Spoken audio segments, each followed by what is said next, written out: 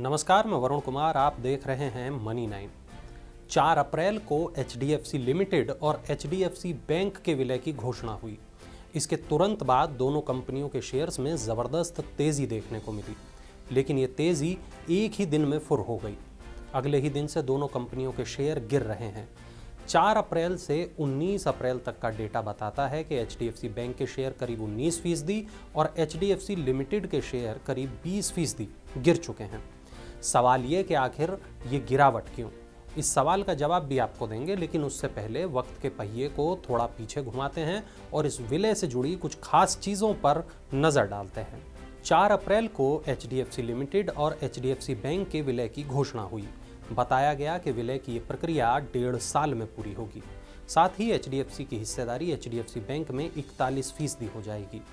चर्चा होने लगी कि मार्केट कैप के लिहाज से अब एचडीएफसी देश की तीसरी सबसे बड़ी कंपनी बन जाएगी। ऐसे में सबसे बड़ा सवाल ये था कि ये विलय क्यों और कैसे बनी इस मर्जर की भूमिका। मनी 9 के कार्यकारी संपादक शुभम शंखधर के सवालों का जवाब देते हुए मनी 9 के संपादक अंशुमान तिवारी ने तब क्या कहा था, देख लीजिए। ये भारत के हाल फिलहाल के वर्षों का सबसे बड़ा कॉर्पोरेट मर्जर है और ख़ासतौर से बैंकिंग फाइनेंशियल सेक्टर में जितने घटनाक्रम पिछले 2 साल के अंदर बढ़े हैं, उस हिसाब से भारत में हर व्यक्ति के लिए, वो चाहे इन्वेस्टर हो या वो एचडीएफसी बैंक का कस्टमर हो या किसी दूसरे बैंक का कस्टमर हो, उसे इस विलय और मर्जर को गहराई से समझने की ज़रूरत है। और मैं आप कोशिश करेंगे कि इस मर्जर के एक एक तार आपके सामने खोलें। पहला सवाल जो है कि इनका मर्जर क्यों हुआ। इन दोनों कंपनियों का, एक बैंक और एक कंपनी का, एक जो हाउसिंग फाइनेंस कंपनी है जिसे हम एनबीएफसी की कैटेगरी में मानते हैं एचडीएफसी, और दूसरा बैंक, इनके मर्जर के प्रस्ताव पिछले 5-6 साल से तैर रहा था। उसकी 2 बड़ी वजह थी। दोनों कंपनियों के मैनेजमेंट में अलाइनमेंट नहीं था। एचडीएफसी बैंक के पास मॉर्टगेज की हुई एसेट्स थी, पर उसके पास आगे डिपॉजिट्स नहीं थे, और एचडीएफसी बैंक के पास मॉर्टगेज की हुई एसेट्स कम थी और उसके पास पीछे से सपोर्ट नहीं था। जैसे ही एनबीएफसी स्पेस में आईएलएनएफएस और दीवान हाउसिंग फाइनेंस की क्राइसिस के बाद एक बड़ा सा डिसरप्शन और शेकअप शुरू हुआ, हमने ये अंदाज किया और लगातार ये कहा गया कि भारत के एनबीएफसी स्पेस में अब एनबीएफसी धीमे धीमे खत्म होंगी और वो बैंकों में बदल जाएंगी या बैंकों से विलय करेंगी।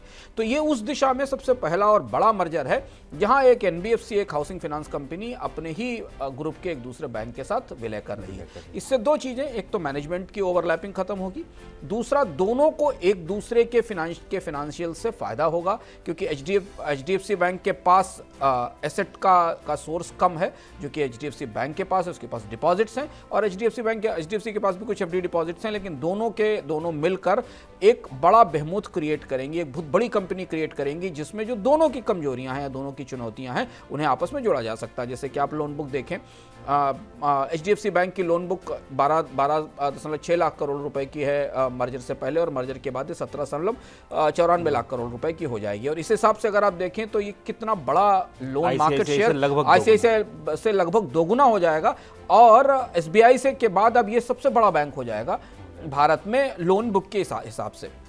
ये समझना जरूरी है कि इस विलय के साथ दोनों को थोड़े थोड़े फायदे, और दोनों बैंकों को, एचडीएफसी को और एचडीएफसी को, दोनों को थोड़े फायदे और थोड़े नुकसान होंगे। लेकिन एनबीएफसी का स्टैंड अलोन खड़े रहने का दौर यहां से अब खत्म होता दिखाई दे रहा है, क्योंकि एचडीएफसी बैंक को इस मर्जर से जो स्ट्रेंथ चाहिए थी पीछे एक कमर्शियल बैंक की, वो उसके पास आ जाएगी, और उसके बाद वो और ज़्यादा कॉम्पिटिटिव हो सकेगा हाउसिंग लोन फाइनेंस के मार्केट में। हमने शेयर देखा है कि वो और बेहतर और कॉम्पिटिटिव रेट पे लोगों को कर्ज दे सकेगा। सवाल ये भी था कि इस मर्जर से क्या कुछ बदल जाएगा, कौन सी ऐसी चीज़ें हैं जिन पर मर्जर का असर होगा। सवाल और भी कई थे, लेकिन मनी 9 ने 4 तारीख को ही आपको ये सब भी बता दिया था। अगर आप किसी वजह से वो वीडियो नहीं देख पाए थे तो यहाँ देखिए पूरी क्लिप। एनबीएफसी और एचडीएफसी बैंक एक बैंक है, दोनों के लिए जो वित्तीय नियम है वो अलग अलग हैं।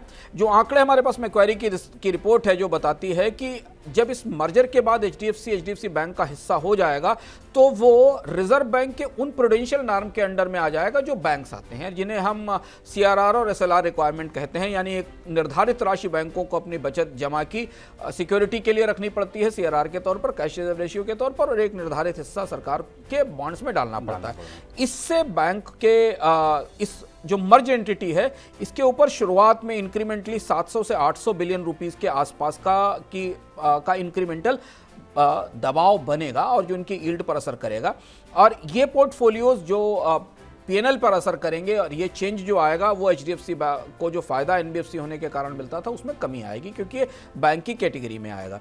दूसरी महत्वपूर्ण बात यह कि जो सबसे महत्वपूर्ण बात यह है कि इसमें एक जो सवाल का सुबह से लगातार लोगों के दिमाग में तैर रहा है वो है आरबीआई के अप्रूवल का, कि क्या आरबीआई इस मर्जर को अप्रूवल देगा, क्योंकि इसके बाद ये 48% के आसपास का शेयर हो जाएगा मतलब ये मार्केट की सबसे बड़ी कंपनी हो जाएगी शेयर के हिसाब से। जनरल इंश्योरेंस में 50% का शेयर हो जाएगा, 48% लाइफ इंश्योरेंस में शेयर हो जाएगा, 69% एएमसी में शेयर हो जाएगा।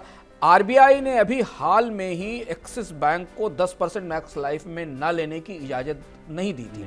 आरबीआई ने अभी एक्सिस बैंक 10% का शेयर मैक्स लाइफ में लेना चाहता था, उससे नहीं लिया था। आईसीआईसीआई बैंक को लोम्बार्ड में अपनी इक्विटी घटाने का आदेश दिया गया था। अब यहाँ वो मोनोपोली के और बाजार में बड़ी ताकतों के उभरने की जो संभावना है वहाँ दिखाई देता है। तो ये एक बड़ा डार्क एरिया है रेगुलेटर से अप्रूवल का, कि क्या जब एक्सिस बैंक को मैक्स लाइफ में शेयर में इक्विटी ना बढ़ाने की इजाज़त दी गई, आईसीआईसीआई बैंक को लाइफ इंश्योरेंस में अपनी हिस्सेदारी कम करने की कोशिश की गई, तो क्या इस बेहमोत को या इस बड़ी कंपनी को बाजार में 50%, 60%, 63% हिस्सा लेने की छूट दी जाएगी कि नहीं दी जाएगी? और क्या इस रोशनी में एचडीएफसी बैंक का मर्ज एंटिटी है उसे अपने तौर तरीके बदलने होंगे? ये हमें देखने की बात होगी। आपको बता दें कि एचडीएफसी लिमिटेड के उपाध्यक्ष और सीईओ केकी मिस्त्री ने हाल ही में कहा कि शेयरों की कीमत में गिरावट इसलिए आई क्योंकि कंपनी लोगों तक इस मर्जर के फायदे की बात को सही तरह से नहीं पहुंचा सकी। उन्होंने जोर देते हुए कहा कि सब कुछ ठीक है और शेयर की कीमतों में गिरावट अस्थायी है, लेकिन सवाल ये कि आखिर ऐसा क्या हुआ जो दोनों कंपनियों के शेयर्स में इतनी भारी गिरावट आई है। 19 अप्रैल को मनी सेंट्रल में मनी 9 के संपादक अंशुमान तिवारी और कार्यकारी संपादक शुभम शंखधर ने इस पर विस्तार से चर्चा की थी। देखिए उस रिपोर्ट का ये अंश। एचडीएफसी बैंक में एचडीएफसी के विलय की खबरों के बाद शेयर बाजार में दिखा उत्साह ठंडा पड़ गया है। जिस दिन से विलय की घोषणा हुई है तब से लेकर अब तक दोनों कंपनियों के शेयर में लगातार गिरावट जारी है। 4 अप्रैल से अब तक एचडीएफसी बैंक के शेयर में 18% से ज़्यादा की गिरावट आ चुकी है, वहीं एचडीएफसी का शेयर 19% से ज़्यादा टूट चुका है। एचडीएफसी बैंक के नतीजे भी बाजार के अनुमानों से कमज़ोर रहे थे। सर, और क्या वजह है? ये दोनों तो बिल्कुल दलाल स्ट्रीट की डार्लिंग शेयर बोले जाते थे, सारे पोर्टफोलियो में म्यूचुअल फंड की पसंदीदा लिस्ट में होते थे, इनको इतनी पिटाई क्यों लग रही है? शुभम, आपको याद होगा कि हम लोगों ने जब एचडीएफसी के विलय पर अपना मनी सेंट्रल का शो किया था और तब हमने उसमें में इस बात का संकेत दिया था कि ये बहुत बड़ा विलय है, इसके साथ स्टॉक मार्केट की शायद तीसरी सबसे बड़ी कंपनी बनने जा रही थी। लेकिन अभी ये राह बहुत बड़ी घुमावदार है और इसमें बहुत सारे पेंच हैं, जिसके कारण ये विलय नतीजे तक पहुंचेगा कि नहीं, इस बात की संभावना थी और निवेशकों को सतर्क रहना चाहिए। और बात हमें पिछले एक हफ्ते में 10 दिन में दिखाई दे गई। 3-4 बड़ी चीज़ें हैं। एक बात तो ये कि इस विलय को रिजर्व बैंक का रेगुलेटरी अप्रूवल मिलेगा, मंजूरी मिलेगी, इस पर अभी तक किसी भी रेगुलेटर ने अपनी स्थिति स्पष्ट नहीं की है। खासतौर पर बीमा बाजार कारोबार में जो एकाधिकार होगा इस कंपनी का, उसे लेकर काफ़ी सवाल हैं और इसलिए निवेशक सहमे हुए हैं कि कहीं ये विलय फंस ना जाए। दूसरी चीज़ ये है कि एचडीएफसी के बैंक के नतीजे चौथी तिमाही में अनुमानों से खराब रहे। इन्होंने मार्केट में इस विलय का सेंटीमेंट खराब किया। चौथी तिमाही में ट्रेजरी ग्रोथ भी घटी, नेट इंटरेस्ट मार्जिन में भी गिरावट आई। ऑपरेटिंग परफॉर्मेंस एचडीएफसी बैंक का कई साल के लोअर लेवल पर गया, इसकी बहुत सारी टेक्निकल वजहें रहती हैं। रिटर्न नहीं बढ़ा है, इसलिए इसके वैल्यूएशन पर चिंता है विलय के साथ।